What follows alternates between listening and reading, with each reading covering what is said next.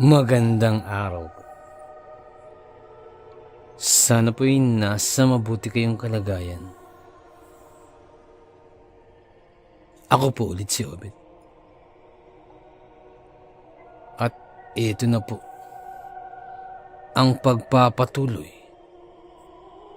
ng kwento ni Pinggoy. Ang Balat Kalabaw.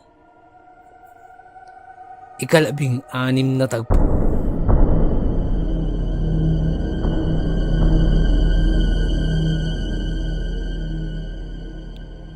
Pakinggan natin.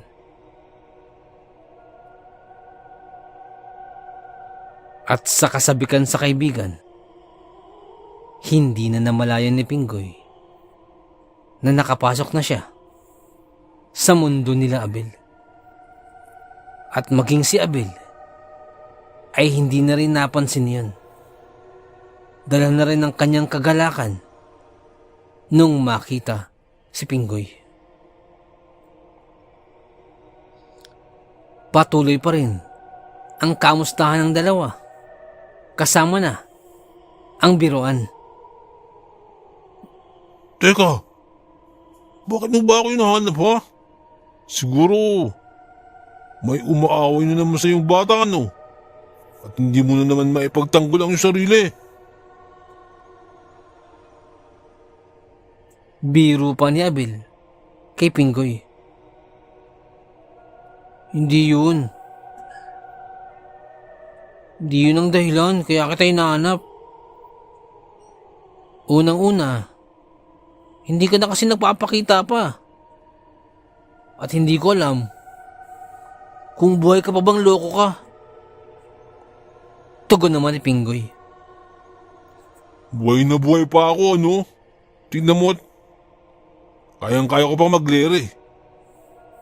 Tugon naman ni Abel.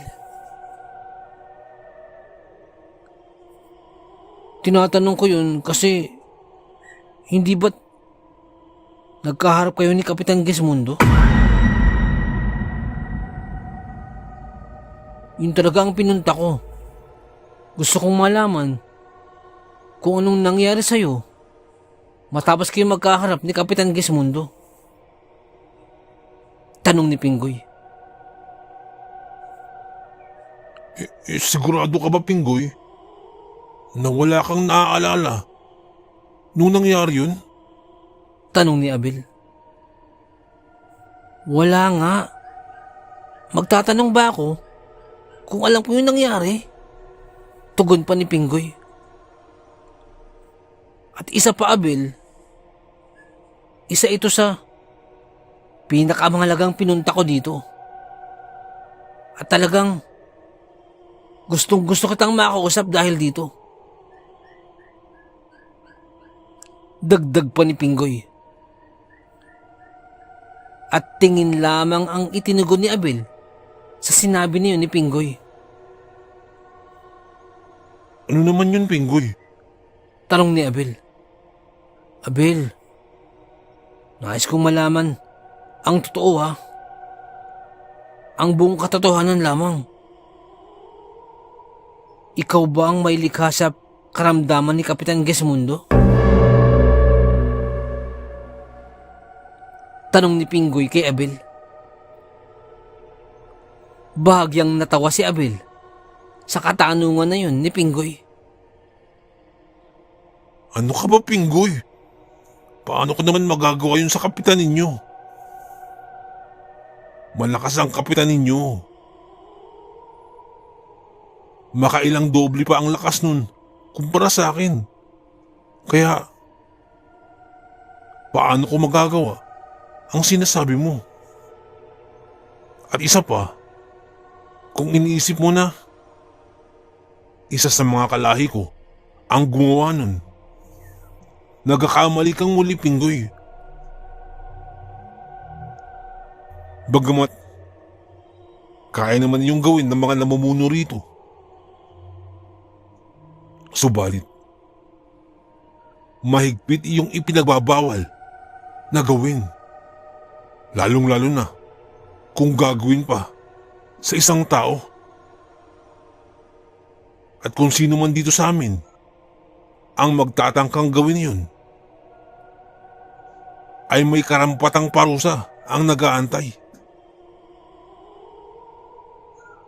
At ang parusang yun ay hindi lamang para sa batas namin, at ganun din sa batas ng Diyos Ama. Alam mo ba, Pinggoy, hindi lamang kayo mga tao ang naniniwala sa makapangyarihan sa lahat. Kami din, naniniwala kami. Kaya, hindi ko magagawa yun. Lalo na ng aming mga kalahi. Mahigpit yung ipinagbabawal. Paglalahad pa ni Abel. Ganun ba, Abel? Pagpasensya mo na kung nasabi ko sa iyo yun. Ganito kasi yun. May nagsabi kasi sa akin na ang mga kagaya niyo daw na nilalang ang nagdulot ng karamdaman kay Kapitan Gismundo.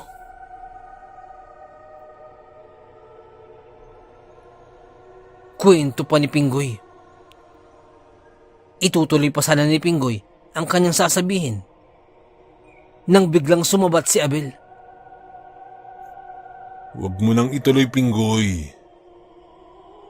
Huwag mo nang ituloy ang iyong sasabihin. Alam ko naman na mula sa iyong kaibuturan na hindi ka naniniwala na magagawa ko yun. Hindi ba? Sambit ni Abel.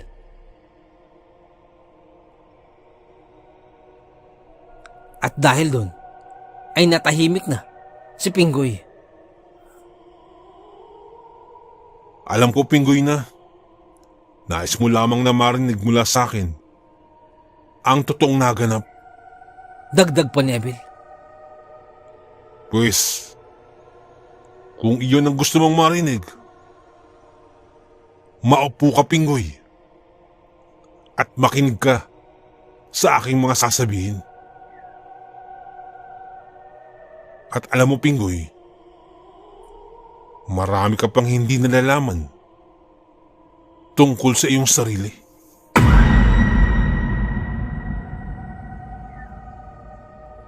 Kaya makinig ka. Ang totoo, Pinggoy, ay utang kong muli itong buhay ko sa iyo. Dahil kung hindi dahil sa iyo, ay malamang wala na ako. Sambit ni Abel. Pagkadinig naman nun, ay agad binalot ng pagtataka si Pinggoy.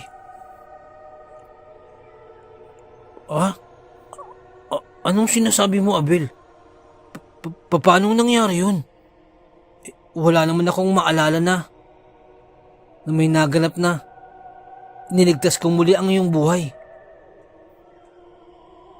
Punong-puno ng pagtataka ang mga katanungang iyon ni Pinggoy.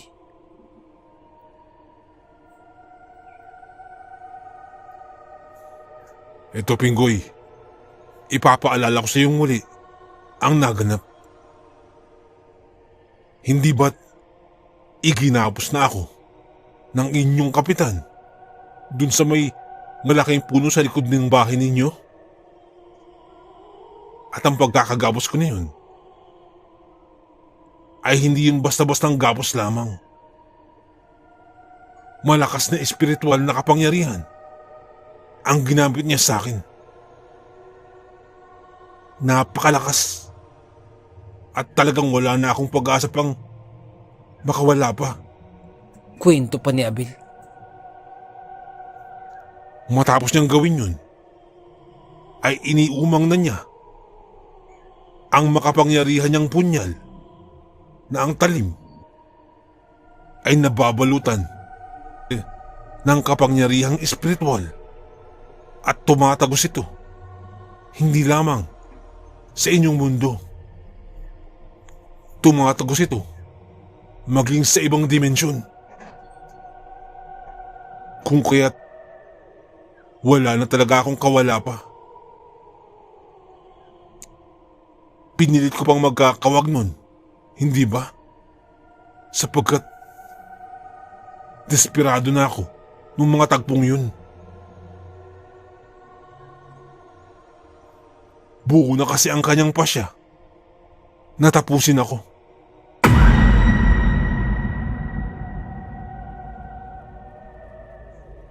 Nang bigla kang humarang at sinalo mo, Pinggoy, ang punyal na yun.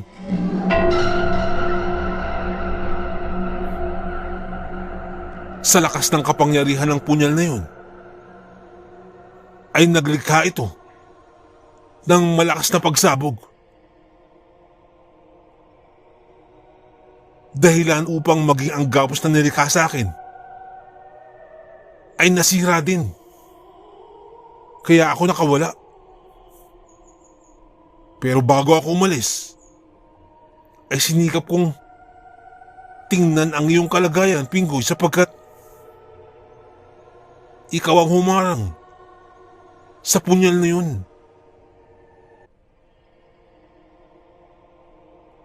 Kaya't sinikap kong tingnan ang iyong kalagayan, Pinggoy.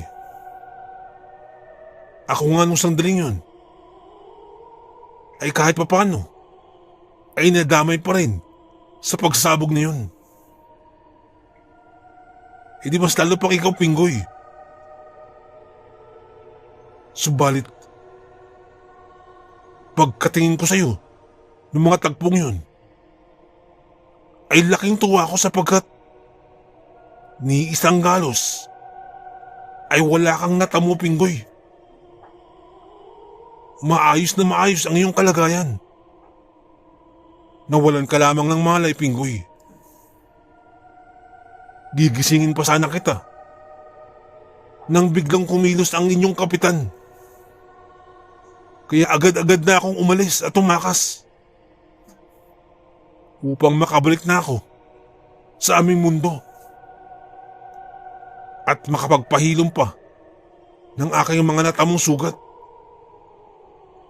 At isa pa,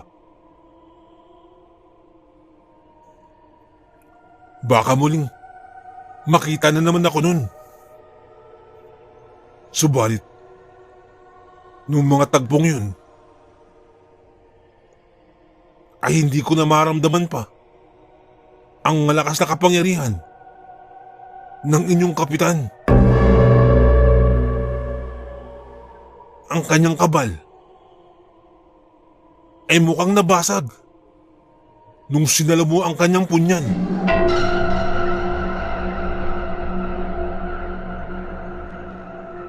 At maging ang punyal na yun ay hindi ko na rin maramdaman pa nung mga tagpong yun. Sambit pa ni Abel. Sa aking sapanta, ikaw ang may likha nun.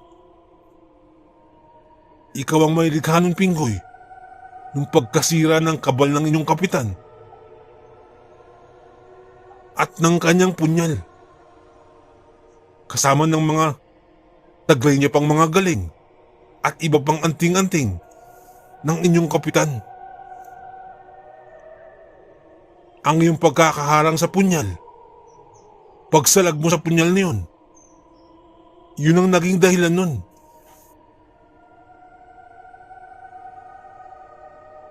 May taglay kang hindi pangkaraniwan, Pinggoy.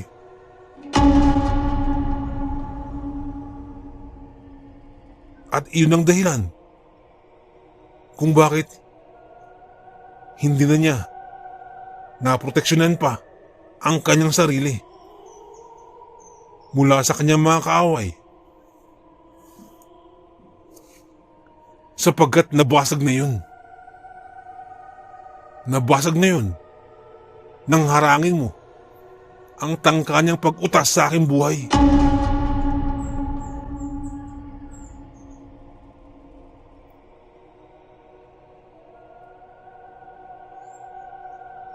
Yan na rin ang dahilan kung bakit wala na siyang panlaban pa sa kanyang mga kaaway ng mga pawang nakikita at mga hindi nakikita. Nawala na ng bisa ang kanyang mga taglay. Simula nang salagin mo ang kanyang lakas.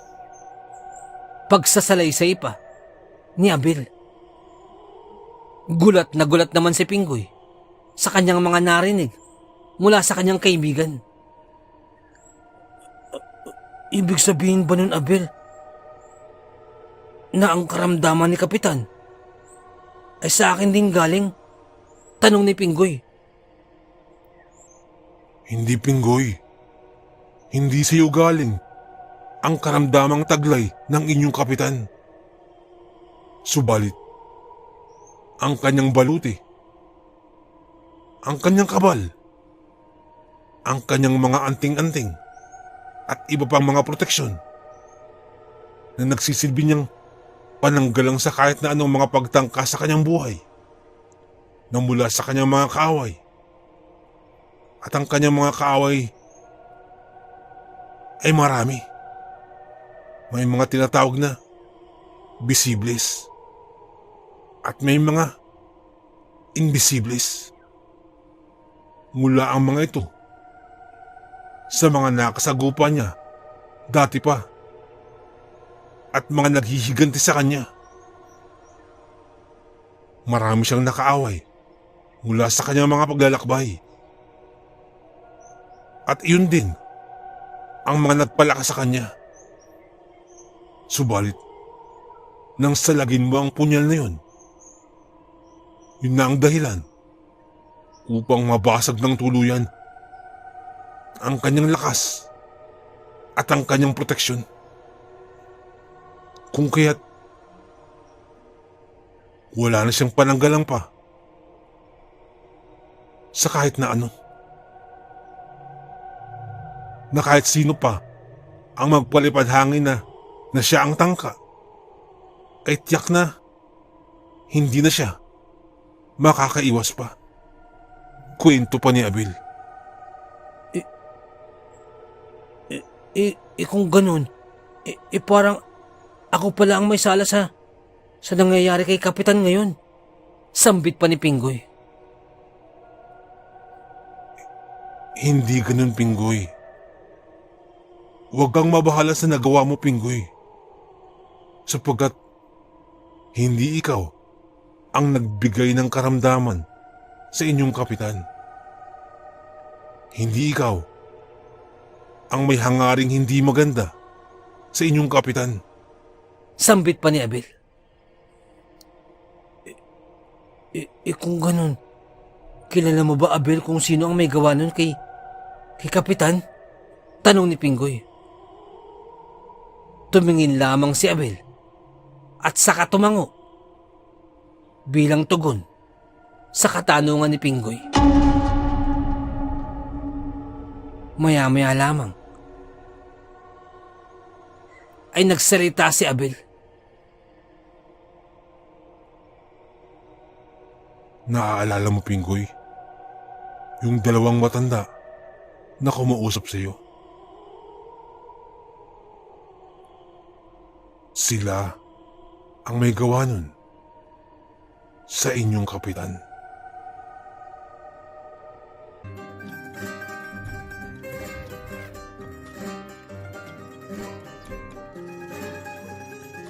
Nais ko lamang pong magpasalamat sa lahat po ng sumusuporta sa ating channel.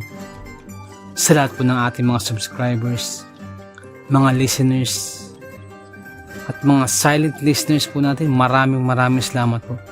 Ganun din po sa ating mga OFW listeners mula po sa iba't ibang bahagi po ng mundo. Maraming salamat. Ganun din po sa mga silent listeners po natin at sa mga listeners po natin mula po sa iba't ibang kapuluan po ng Pilipinas. Maraming salamat po. Sa mga nagpapadala po ng kwento, sobrang salamat po. Sobrang laking pasasalamat po.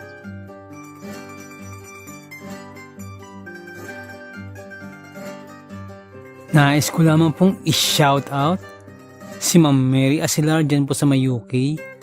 Shout out din po kay Ma'am Annie Apruebo, kay Ma'am Annie Viloria, At kay Boss Baby lang ka, shoutout po. Maraming salamat po. Nais ko lamang pong i-shoutout si Boss Pinoy Plot Twist Story 2. Shoutout po sa iyo, boss. Maraming salamat po sa inyo. Shoutout din po kay Ma'am Janet Verga dyan po sa may Qatar. Shoutout po. Kay Ma'am Liza Arcega. Shoutout po. Shoutout din po sa Manhattan Hamburger dyan po sa may Bukandala 3, Imus Cavite. Shoutout po sa inyo. Ganun din po kay Boss Fernando Marcos. Shoutout po. Shoutout din po kay Ma'am Christy Harm dyan po sa may Hamburg, Germany. Shoutout po. Ganun din po kay Tata Estong Nestor Bauyon dyan po sa may London, England. Shoutout po. Kay Boss Jing Fensalida, isa po sa ating mga silent listeners, maraming salamat po.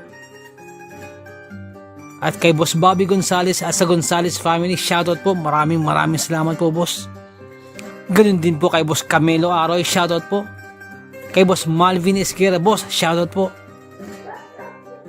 Kay Boss Miguel Doris Kibel, shoutout po. Kay Ma'am Imelda Pascua. Kay Ma'am Elizabeth Arnaiz, shoutout po. Kay Ma'am Rosie De Mesa, shoutout po. Kay Boss Haz dyan po sa may Saudi, shoutout po. Salamat din po kay Boss BK, salamat sa milk tea, shoutout sa iyo. At salamat sa suporta, shoutout po. Salamat din po kay Ma'am Eileen Rodriguez. Shoutout po, ma'am, sa mga suggestion. Maraming salamat po. At sa mga hindi ko po nabanggit, pasensya po muna. Pero sa next time po, i-shoutout po natin yan. Maraming salamat po.